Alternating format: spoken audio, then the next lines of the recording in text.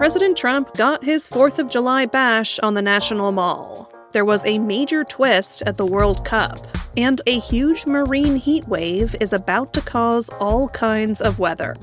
That's some of what we'll get to on the 7 from the Washington Post. I'm Hannah Jewell. It's Monday, July 6th. Let's get you caught up with today's 7 stories. Number 1. President Trump said he overruled plans to cancel July 4th events on the mall. On Saturday night, Trump got the July 4th rally and pyrotechnics show he had hoped for to mark the nation's 250th anniversary. But the event was at times chaotic. Attendees sweltered in triple-digit heat, and approaching storms forced an evacuation of hundreds of thousands of revelers. Many refused to evacuate, even as lightning flashed and gusting winds swept across the mall.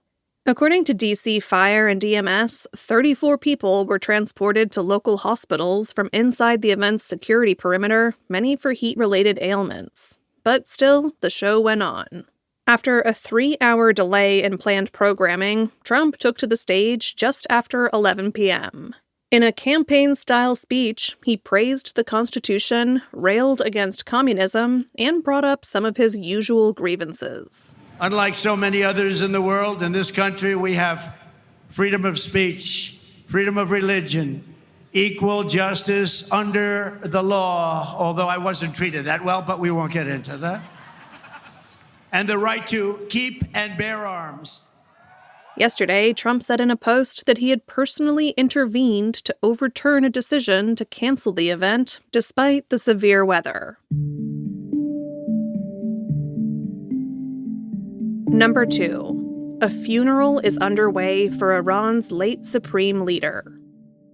On the first day of the U.S.-Israeli war on Iran in February, Ali Khamenei was killed in an airstrike along with several family members. He had ruled over the Islamic Republic of Iran for 37 years. But Iran hasn't been able to hold his funeral until now, when the country is shielded by a tentative truce with the U.S. A 5-day funeral began on Saturday and has drawn hundreds of thousands of mourners. This morning, a 12-hour procession began with Khamenei's flag-draped coffin passing through the streets of Tehran. Authorities have shut down streets, airspace, and daily life for the funeral. It presents an opportunity for Iran's leadership to make a forceful show of defiance. The regime has been badly battered by months of airstrikes, but it is very much still standing, and has even emerged emboldened, despite what Trump has claimed about accomplishing regime change.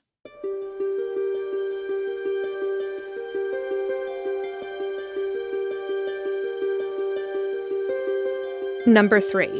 A U.S. player's World Cup suspension was lifted after Trump asked FIFA for a review. Folarin Balogun has been crucial to the U.S. team's success in the tournament so far. He is their top goal scorer and has given its attack a new dimension. Last week, though, in a match against Bosnia, he received a red card. That normally triggers an automatic 1-game suspension. But yesterday, soccer's governing body FIFA said Balogun will be available for tonight's round of 16 showdown against Belgium. FIFA said it had suspended his 1-game ban. The announcement came days after Trump spoke with FIFA President Gianni Infantino and urged him to review Balogun's suspension. The decision has caused an immediate stir in the soccer world. It is highly unusual for a head of state to intervene in a soccer disciplinary matter. The Royal Belgian Football Association, meanwhile, said it was astonished by the decision and that it was investigating its options to protect fair play. The U.S. plays Belgium tonight at 5 p.m. Pacific Time in Seattle.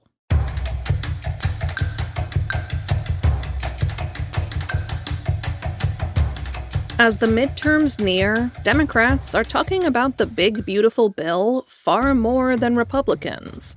That's number 4.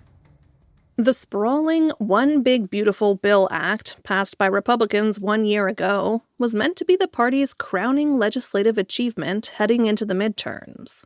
But out on the campaign trail, Democrats are bringing up the legislation much more frequently. According to a post-analysis of public statements and social media posts, congressional Democrats talk about the law twice as often as Republicans, often tying it to voters' anxieties about the cost of living. Florida Representative Kathy Castor is one such Democrat. Over the weekend, she posted this on her Instagram. A lot of people are talking about the fact that we're at the 1-year anniversary of the big, ugly bill. And boy, it is ugly, especially for Floridians. Remember, they ripped away health care, those tax credits that made your coverage more affordable under the Affordable Care Act, in order to provide massive tax breaks for the wealthy and the well-connected. Castor is not the only one calling it the big, ugly bill, or bringing up its cuts to Medicaid and food assistance programs. Republicans, meanwhile, have largely retreated from talking about the law by name, as they did more last year, opting instead to focus on its tax cuts. Democrats assert that the shift is a sign of the Republican Party's acknowledgement of the law's low overall approval.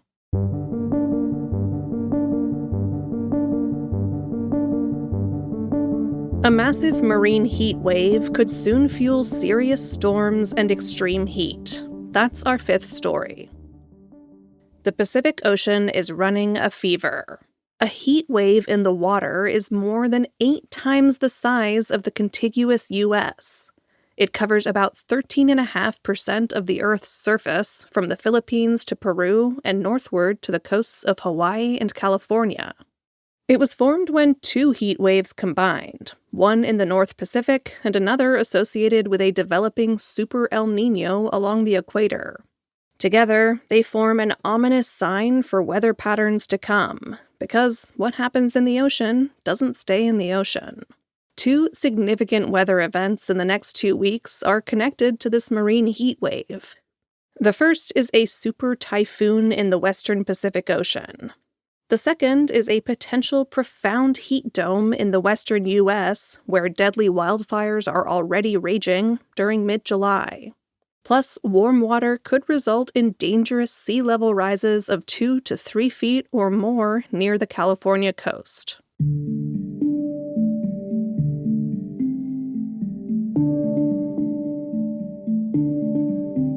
Number 6. An oncologist explained why cancer seems so common right now. A Post reader asked columnist Dr. Mikhail Sekaris whether cancer rates were really going up. They said they knew many people who had recently been diagnosed. According to Sekaris, there is good news and bad news. It turns out that over the past 50 years or so, cancer rates have increased. But also, fewer people are dying from the disease. That comes down to a range of different factors. For one thing, cancer is being detected earlier. A lot of the increase in diagnoses is actually because of that. The U.S. has screening programs and tech that is better at spotting cancer than ever before. Plus, treatments to target and eliminate cancer keep improving. In the past 2 to 3 decades, medications have been developed that target specific genetic mutations within cancer cells. And other drugs harness a patient's own immune system to find and eliminate cancer. So Dr. Sekaris says that even with rising cases, there's more reason to be hopeful than ever.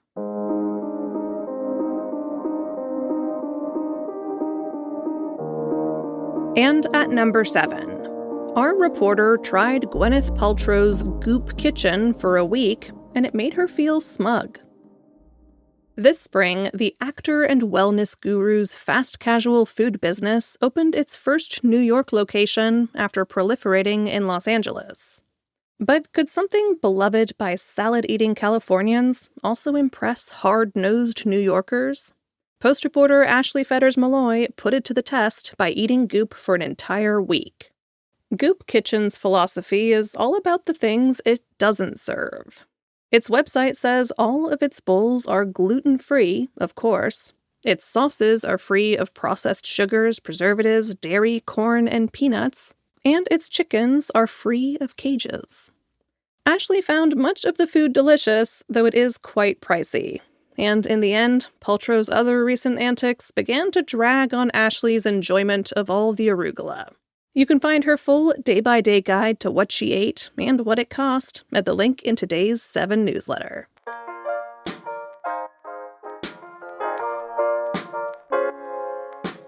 All right, you're all caught up. The fireworks have faded, but it's not too late to take advantage of the Post's 4th of July subscription sale.